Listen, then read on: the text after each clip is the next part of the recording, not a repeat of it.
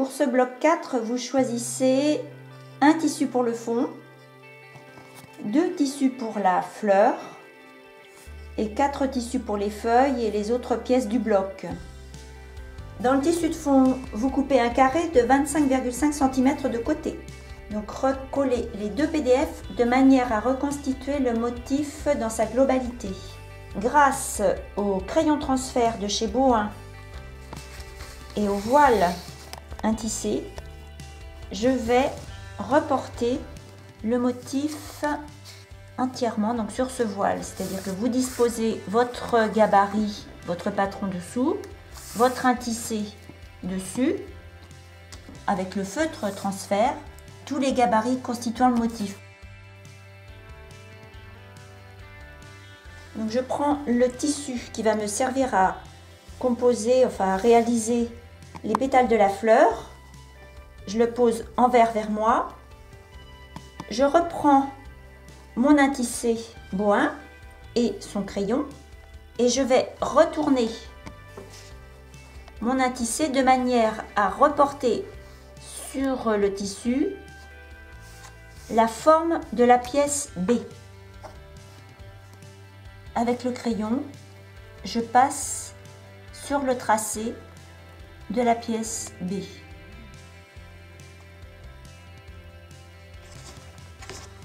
C'est le contour, bien sûr, sans les marges de couture. Je vais couper tout autour en ajoutant la marge de couture pour les appliquer, c'est-à-dire que moi je mets 2 à 3 mm et un petit peu plus sur la base qui sera cachée sous les autres pièces. Donc voici ma pièce B, donc qui est bien coupée dans le bon sens, de manière à ce que lorsque les pièces seront appliquées, le motif soit dans le même sens que l'original.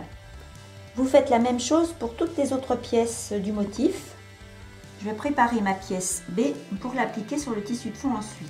Pour ceci, j'ai besoin de la colle temporaire en stick de chez Bohain.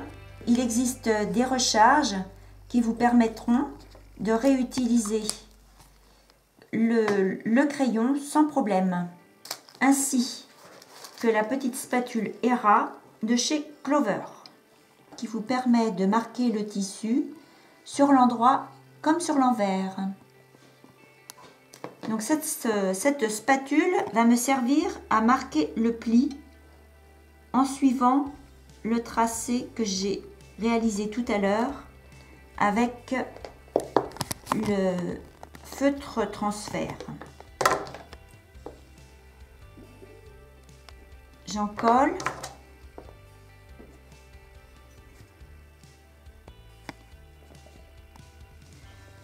Alors c'est plus facile lorsque vous avez dessous disposé une surface souple. Le pli se marque mieux. Pareil ici, je marque le pli. J'en colle.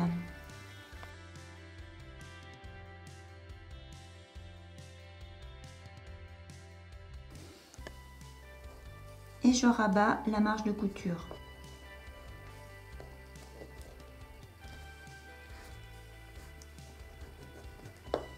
Voilà, vous allez préparer comme ceci toutes les pièces de ce bloc numéro 4.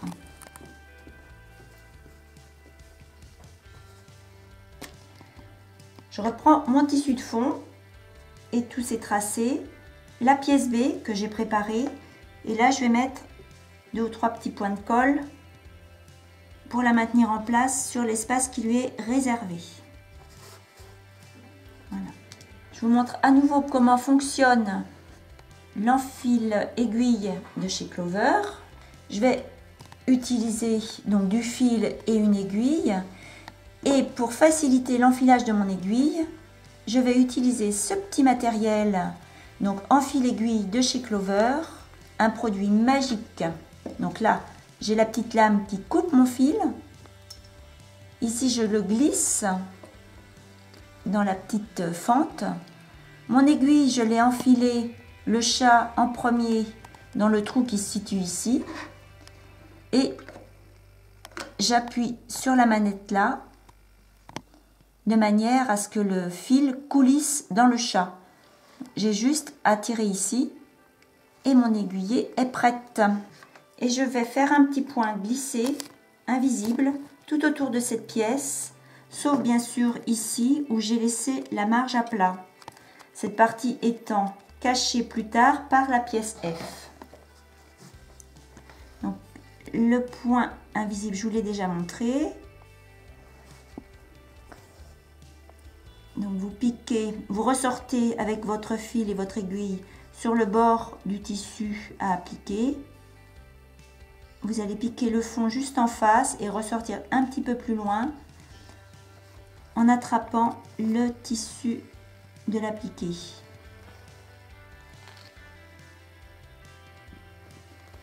Alors il est préférable si vous n'êtes pas trop sûr de vous, de prendre un fil assorti à la pièce que vous appliquez. Donc les pétales sont appliqués, vous allez maintenant appliquer le cœur de la fleur. Pareil, un petit point invisible ici. Et vous ferez la même chose pour les pièces à venir, donc que vous appliquerez dans l'ordre alphabétique. Vous appliquez ensuite G. Pour la pièce H, vous rabattez la marge ici et là. Sur les deux autres côtés, vous laissez à plat. Vous l'appliquez ainsi. En vous servant de vos repères. Donc j'ai préparé le bord supérieur de la pièce I en rabattant donc la marge. Et je vais venir l'appliquer ici en se repérant donc au tracé et également au bord du carré de fond. Donc même chose pour la pièce J. Une fois que vous avez terminé votre modèle, vous pouvez effacer tous les motifs qui maintenant ne vous serviront plus grâce au petit pinceau réserve d'eau qui va nous permettre de faire disparaître tous ces tracés. Et ainsi, une fois qu'il sera sec, vous pourrez réutiliser ce voile intissé pour d'autres reports sur vos tissus. Une fois les appliqués terminés, sous les pièces I et J, vous coupez le surplus de tissu.